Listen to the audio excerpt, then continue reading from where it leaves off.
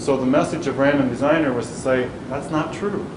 They are not incompatible. You see, here I'm going to lay it all out for you step by step and show you how one can put it together. Well, I got feedback from all of those groups. I wanted to share with you a couple of thoughts. This is from the group individual in group 2, a person who's been looking for the message of Random Designer for a long, long time. This is from Dr. George Moore in Whitestone, Virginia, and I got that maybe about 4 or 5 weeks ago.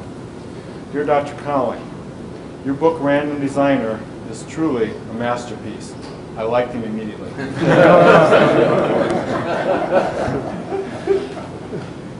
It is the book I have waited for some 65 years. As a boy growing up as the son of a Dutch Reformed minister, I was concerned about the arguments on evolution. As I went to high school, the evidence was real that God could not have made the earth in 7 days. I looked for books on the subject, but could find only something by Du Bois pertaining to genetics. The gap persisted even after I graduated from medical school. Now, at age 83, I am at rest.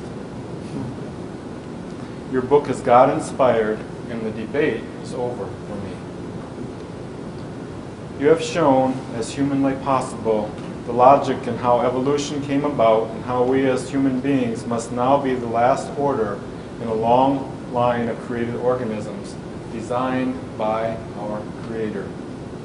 I've bought copies of your book for my 3 daughters and for a few friends, including our Presbyterian minister. And he goes on and says a few more things. That's one of the audiences I want to touch. We have in our denomination another Nazarene professor, a geneticist, who teaches biology as a provost at Point Loma Nazarene University. And he has written a book along the very same lines. We did not know that each other was doing this. His came out last summer as well. And he tries very hard to meet people, this group of people. He's trying very hard. Christians who want to merge their understanding of faith. And he's a much better geneticist than I am too. Then there's another short note that came, and this is the third group, the non-believers, the people that are outside of faith, that I hope Random Designer will touch their lives. When the article came out in the Wall Street Journal, we got a call from National Public Radio, and so one day Sally and I got into the car and drove down to Springfield to do an interview there with WUIS studios in Springfield.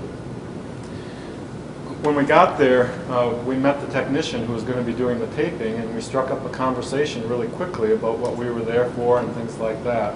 And to make a long story short, when we were finished, this young man had lots of questions. Remember when we left, Sally and I talked about it for a long time on the way back. Then the next day, I got an email. I have to tell you that this is moving.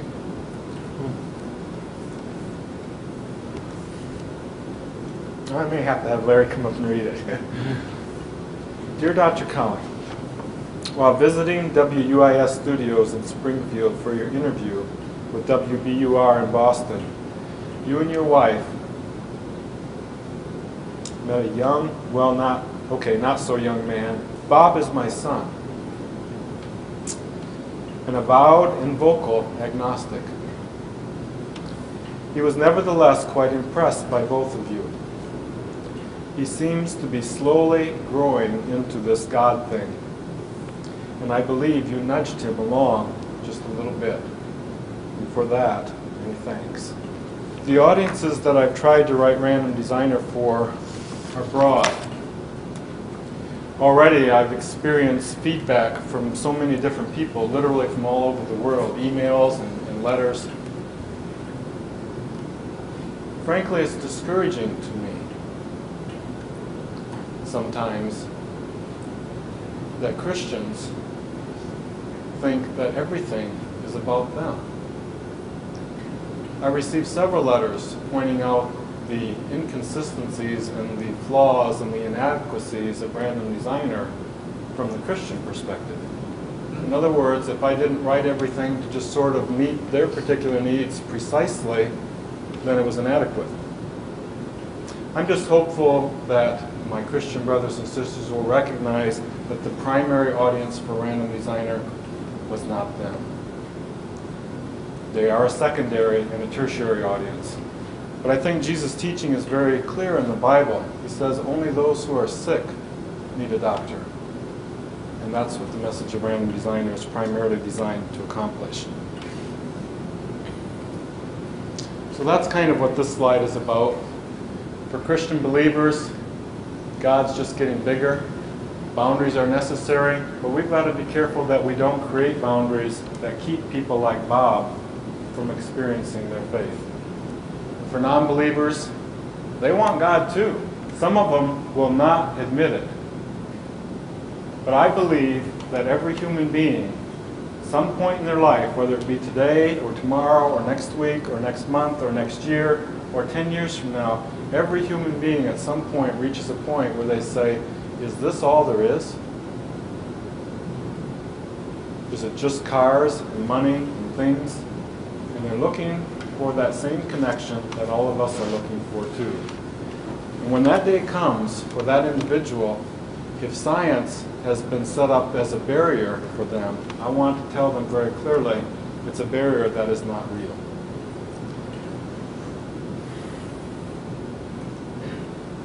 All right, so let's shift gears now and talk about this a little bit. The barriers. I'm really quite concerned about this personally, because I think that we are creating barriers, and I'm not sure that that's what God wants to have happen. So what's the crux of the issue? We talked about this a bit last time. Scientists are suspicious that Christians want to insert religious beliefs into science. This especially comes into play in public school education. When scientists see that, they find that idea absolutely abhorrent. The idea of putting religion into science. You see, they recognize that science must be free. And it cannot be subjected to a religious veto. But on the other hand, Christians fear that science seeks to remove God from the picture altogether. This is an idea that is equally unacceptable to them. You see, those that are thinking about it carefully recognize that whenever science makes proclamations or pronouncements about ultimate outcomes or ultimate origins, in other words, about God, the moment they do that, they have stepped outside of the boundaries of science. Because science cannot prove nor disprove the existence of God. And Christians recognize that. So here we have two groups going at it together. And so the question that it leads to then is, how have we as a society reached this point where we have seminars like this to deal with science and faith? How have we reached this point of confusion and conflict?